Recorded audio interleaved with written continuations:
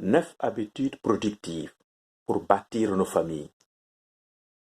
Salut, ici c'est l'école de la famille Efata. Cette école a pour objectif de promouvoir et de protéger le mariage et la famille. Et nous le faisons à travers des enseignements, des formations, du coaching personnel ou familial, à travers des témoignages que nous partageons, à travers des outils que nous vous donnons. Aujourd'hui, nous parlons de 9 habitudes productives pour bâtir nos familles. C'est le thème de cette vidéo, de cet enseignement. Je dis bien 9 habitudes productives parce qu'il existe aussi des habitudes contre-productives. Les habitudes productives nous tirent vers le haut, les habitudes contre-productives nous tirent vers le bas. Ce sont nos désirs contraires. Et je sais que, par expérience, des gens ont du mal à vivre dans leur famille et être des acteurs du développement de leur famille. La vie de famille, la vie de mariage peut être un challenge, un réel défi pour beaucoup de gens. Ils ne savent pas à quel sein se vouer, ils ne savent pas comment s'y prendre. C'est juste parce que construire une famille ou bâtir un mariage n'est toujours pas une évidence, qui que tu sois. Il faut apprendre à cultiver des habitudes et les bonnes habitudes. Et ce soir, nous allons parler de 9 habitudes positives, c'est-à-dire productives. Je dis bien habitude parce que qui dit habitude dit répétition d'action. C'est la répétition de cette action, de quelque chose qui devient une habitude et ça forme finalement notre caractère. Donc, ce dont nous allons parler ce soir, ce que je vais vous présenter ce soir, il faut arriver à les pratiquer, à les mettre en pratique. Autrement dit, qui que tu sois, l'habitude ne s'installera pas. Et développer ces habitudes va produire en toi, en vous, une stabilité émotionnelle. Et c'est ainsi que chacun d'entre vous va améliorer son caractère pour pouvoir bâtir et entretenir des relations efficaces et épanouissantes. Je rappelle ceci, le mariage ou la famille en tant qu'institution n'a pas de problème. Mais ce sont les femmes et les hommes pris individuellement qui y vivent, c'est-à-dire qui vivent dans le mariage, qui ont parfois des problèmes.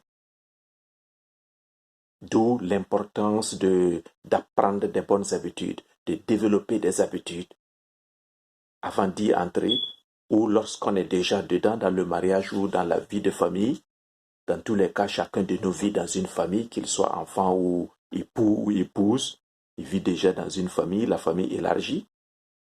Si nous voulons que nos familles, nos petites familles ou nos grandes familles connaissent un plein essor, deviennent des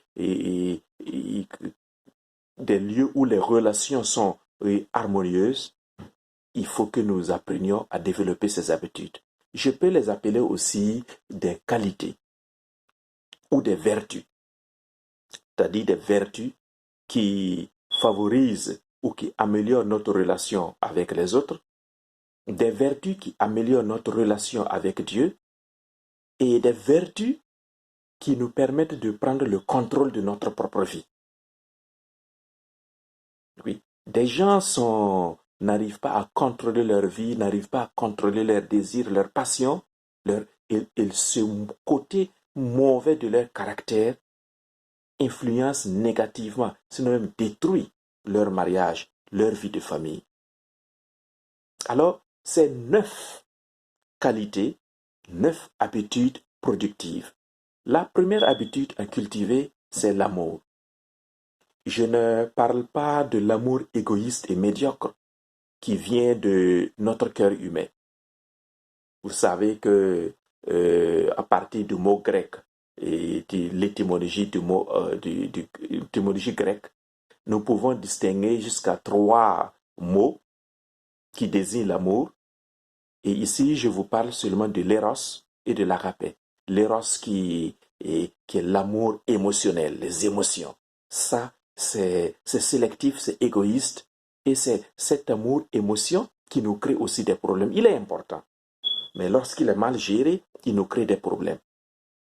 L'amour parfait, c'est l'agapé. C'est-à-dire que le désir du bien de l'autre, le désir de voir l'autre grandir et mon engagement personnel à aider l'autre à s'épanouir, à grandir, à trouver son bonheur et à construire son bonheur. C'est de cet amour-là qui est une vertu, une habitude que je parle. La deuxième habitude, c'est la joie. Ici aussi, je ne parle pas de la joie qui est relative aux différentes circonstances de la vie. Lorsque les choses sont favorables, alors je suis heureux. Ou lorsque mon mari ou papa ou maman me donne un cadeau, je suis content, je suis joyeux. Non, je ne parle pas de ce type de joie qui est circonstancielle, qui est relative aux prospérités qui sont passagères. Donc je parle de la joie qui est une disposition de l'âme. La joie de se reconnaître homme, de se reconnaître être vivant, de se reconnaître femme. La joie de se reconnaître enfant, vivant dans une famille, ayant du soutien. La joie, exactement, simplement d'exister. C'est de cette joie qu'il s'agit. La troisième habitude, c'est la paix. Il s'agit ici d'une tranquillité de l'âme. La paix avec soi-même, la paix avec les autres, la paix avec Dieu. Cette paix qui est loin des passions, et il ne s'agit pas de la haine, de la jalousie et de l'envie. Non, la jalousie, la haine et l'envie ne créent pas la paix. Ne sort pas du tout la paix dans nos cœurs, ou la paix dans nos familles, ou dans nos couples. Pas du tout. Pas du tout. Mais cette paix qui est cette tranquillité de l'âme-là, c'est très important. Une habitude à cultiver. La quatrième habitude, c'est la maîtrise de soi. Oh, la maîtrise de soi. C'est-à-dire la retenue. Retenue de ma colère, retenue dans mes paroles, retenue dans mes désirs, retenue dans le sexe, retenue devant le pouvoir. C'est une réelle vertu. Et il y a des gens qui, manquant de maîtrise de soi, n'ayant pas cette retenue, ont détruit des relations à travers leurs paroles. Ils croient pouvoir faire une remarque ici, mais la remarque est mal placée. Ce n'est pas une remarque judicieuse. Ils croient bien dire la vérité. Ce peut être réellement la vérité, mais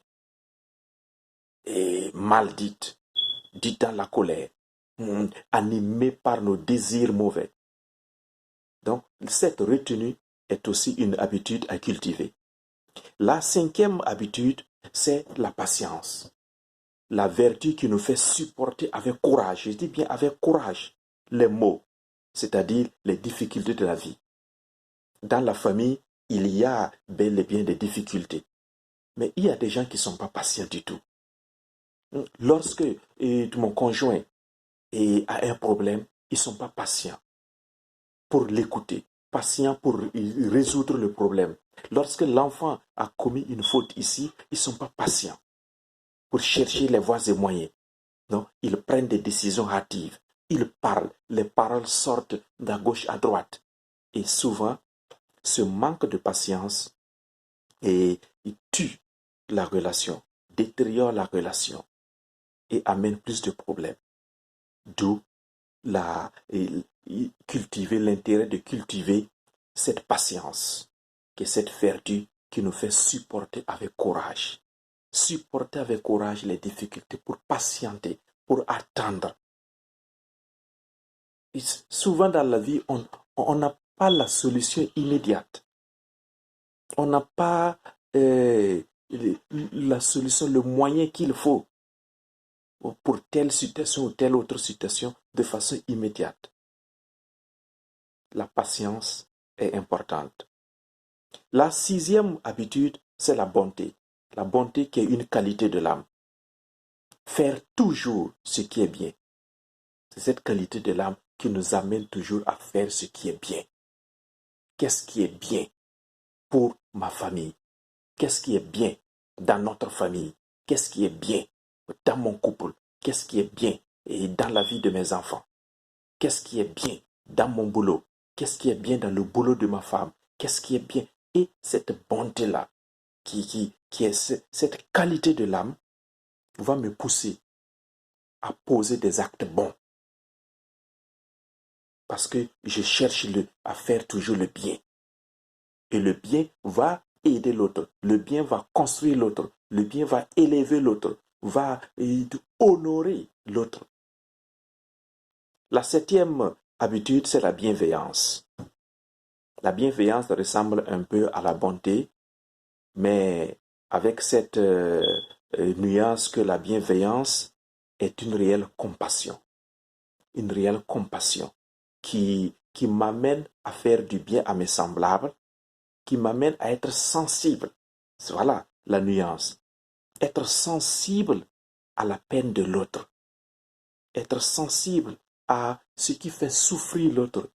Donc je suis capable de rentrer dans son univers, dans sa souffrance pour le comprendre, pour l'écouter et me mettre à son service et me dire chérie, ou mon frère, ou mon enfant, qu'est-ce qui ne va pas?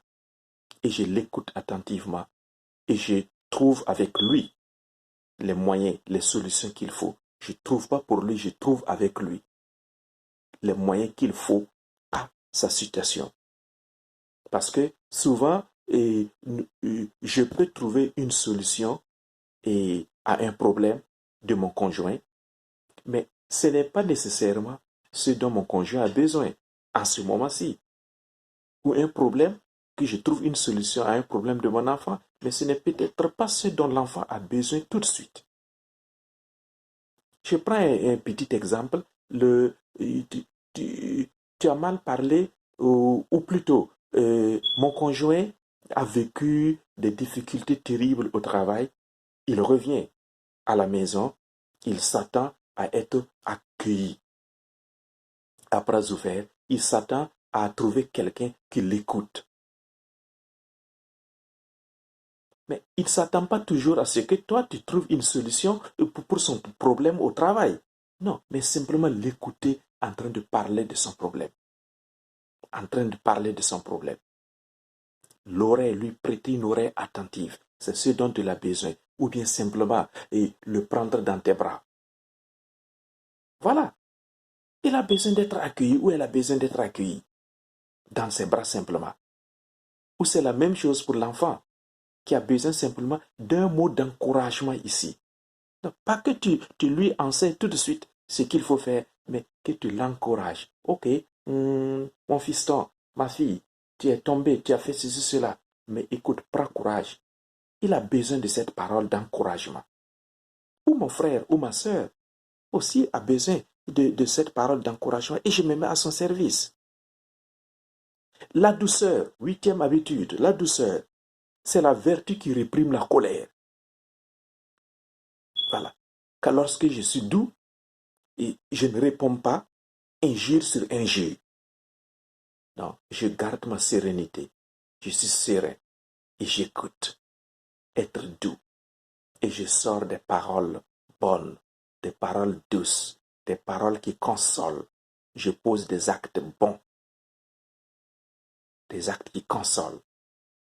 La douceur. La 9e habitude, c'est la foi. La foi, qui est la fidélité, ou la croyance. C'est la croyance à ton Dieu. Dans nos relations humaines, on ne peut pas tout faire. On a besoin de l'intervention de Dieu. C'est pourquoi tous les lundis, nous animons à l'école de la famille Ephata des prières. Nous prions pour toutes les familles du monde entier, quelle que soit leur composition, quelles que soient leurs difficultés. Nous prions pour les familles. Et donc, cette croyance, cette foi à notre Dieu qui peut nous aider, mais aussi cette foi à la personne qui vit avec moi dans ma famille. Croire à la personne, à la sincérité de la personne.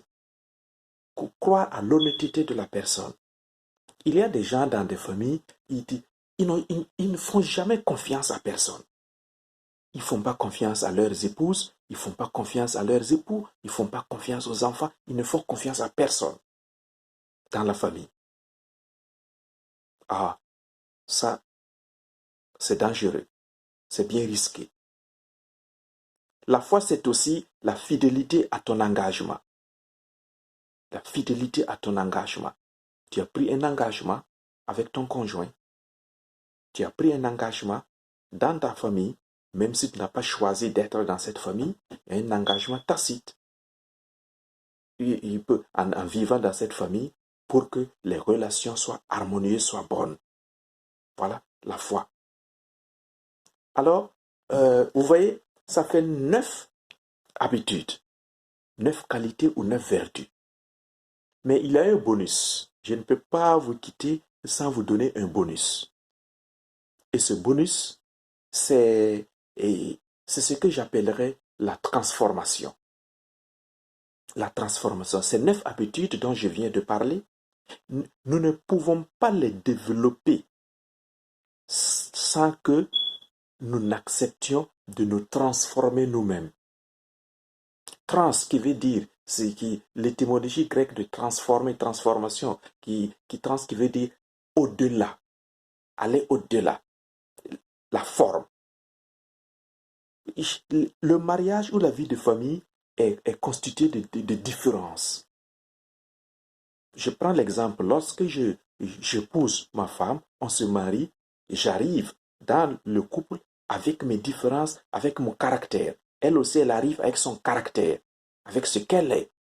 Les enfants sont là. Mes frères dans la famille élargie, chacun est là avec ses différences propres, personnelles, qui le caractérisent. Alors, lorsque je refuse d'accepter que je dois aller au-delà de ce caractère, c'est-à-dire développer ce caractère, c'est-à-dire lorsque je refuse le changement, les relations interpersonnelles deviennent difficiles parce que je ne peux pas m'adapter en ce moment. Je ne peux pas tolérer en ce moment. Je ne peux pas accepter la présence de l'autre. Je ne peux pas bâtir ma vie avec l'autre. D'où l'importance de ce bonus qui est la transformation de nos cœurs, la transformation de nos pensées. Accepter simplement de changer. J'avais l'habitude de faire ceci ou cela dans ma famille d'origine ou ailleurs, ou avant de me marier, j'ai pris telle ou telle habitude, mais lorsque je me marie, je suis obligé de changer certaines habitudes. Vous voyez, c'est tellement important, tellement simple, tellement naturel aussi. Donc, cette transformation va amener notre caractère à se développer, à s'améliorer. Nous allons développer aussi ces habitudes-là quand nous acceptons de changer. Les 9 habitudes dont je viens de parler. Nous les développons lorsque chacun accepte ce changement-là. Oui.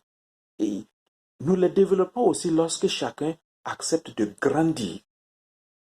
Grandir dans tous les domaines. Et c'est ça, le développement harmonieux. Aujourd'hui, il y a d'ailleurs une expression qui est en vogue là, le développement personnel. Voilà, c'est là. C'est là, le développement personnel. Je développe mes capacités, je développe mon caractère. Et pour mieux m'adapter à là où je suis, pour mieux faire et performer là où je suis, pour mieux vivre avec les autres. Vous voyez, cette transformation, ce bonus-là, il est très, très, très, très important. C'est la base de tout. Où j'entends souvent des gens dans les familles qui disent que ah, tu m'as trouvé comme ça. Tu m'as trouvé comme ça et donc il faut me laisser comme ça. Alors, est-ce que la relation peut évoluer dans ce sens-là? Je ne pense pas. Et récemment, il y a un jeune homme là avec sa fiancée. Sa fiancée lui faisait certaines remarques et puis le jeune homme de répondre écoute, je connais d'autres filles avant toi et aucune de ces filles ne m'a dit ce genre de remarques. Pourquoi toi, tu viens faire ce genre de remarques? Vous voyez? Et il reste posé là pour dire à cette fiancée-là, écoute, tu m'as trouvé comme ça, tu vas me laisser comme ça. Et donc, tous les jours, ils ont des palabres, des querelles relationnelles. Alors, je te pose la question, toi qui m'écoutes en ce moment, toi qui m'écoutes en ce moment, et en passant, partage cette vidéo et abonne-toi à cette chaîne pour recevoir d'autres vidéos encore. Alors, je te pose cette question. Qu'est-ce que tu veux dans la relation? Tu veux toujours les palabres, les querelles, les discussions interminables et tu rentres la nuit, tu ne peux pas dormir? Ou est-ce que tu veux une relation épanouissante, une relation efficace, où tu as la joie, le bonheur d'y vivre, la paix, etc. À toi de choisir. Si tu choisis une relation épanouissante, si tu choisis le bonheur dans tes relations de famille, de couple, etc., je te propose de revoir ces 9 habitudes, ces 9 qualités que je te demande de cultiver. Autrement dit, tu vas développer des habitudes contre-productives. Dans une autre vidéo, je reviendrai sur ces habitudes contre-productives et tu vas voir la différence. Tu vas voir pourquoi tes relations interpersonnelles ne fonctionnent pas. Et pourquoi, qu'est-ce qui fait que certaines de tes relations interpersonnelles en famille ou en couple, ça fonctionne. Lorsque ça fonctionne, c'est lorsque tu as développé ces habitudes productives-là. Lorsque ça ne fonctionne pas, tu as développé des habitudes contre-productives. Et je souhaite, pour terminer, que tu développes ces habitudes productives, que tu les cultives. Et cela demande du temps. Comme je t'ai dit au début, c'est la répétition qui installe l'habitude et l'habitude développe ton caractère. C'est la répétition qui installe l'habitude et l'habitude développe ton caractère. Alors, toi qui m'écoutes en ce moment, que tu sois père de famille, mère de famille, époux, épouse, enfant, et inscrit dans une famille, dans n'importe quelle famille, quelle que soit ton origine familiale, je t'encourage à développer ces habitudes-là. Et ensemble, je dis bien ensemble, nous allons pouvoir créer une communauté de familles heureuses. Tu fais ta part, tu joues ton rôle dans ta famille où tu es et tu fais de ton mieux. Ta famille s'améliore, tes relations interfamiliales, interpersonnelles se développent, s'améliorent. Moi aussi, je fais de mon mieux, à mon niveau. Elle aussi, elle fait de son mieux, à son niveau, etc., etc. Telle autre famille. Et c'est ensemble que nous créons une armée de foyers, une armée de familles où il fait bon vivre. C'est l'objectif général de l'école de la famille Efata. Alors, je t'encourage. Partage cette vidéo, abonne-toi à cette chaîne de l'école de la famille Efata et nous nous reverrons sous peu. Déjà dès demain matin, nous allons nous retrouver pour la prière pour les familles. Et si tu as des intentions, des sujets de prière, envoie-les à l'email de l'école de la famille Efata, de la chaîne de l'école de la famille Efata. Et nous allons porter ces prières-là ensemble tous les lundis. Alors, bon courage, continue de pédaler ton vélo. Car si tu cesses, la vie est comme une bicyclette. Si tu cesses de pédaler, la bicyclette s'arrête et tu tombes. Si tu continues de pédaler ta bicyclette avance. Alors, continue de pédaler dans ta vie de famille, dans ta vie de couple. Et tu verras que tes habitudes productives vont réellement produire le bonheur auquel toi-même tu aspires, auquel ton cœur aspire, auquel tu rêves tous les jours. Alors bon courage, ciao, à nous revoir demain matin, lundi matin pour la prière. Bye.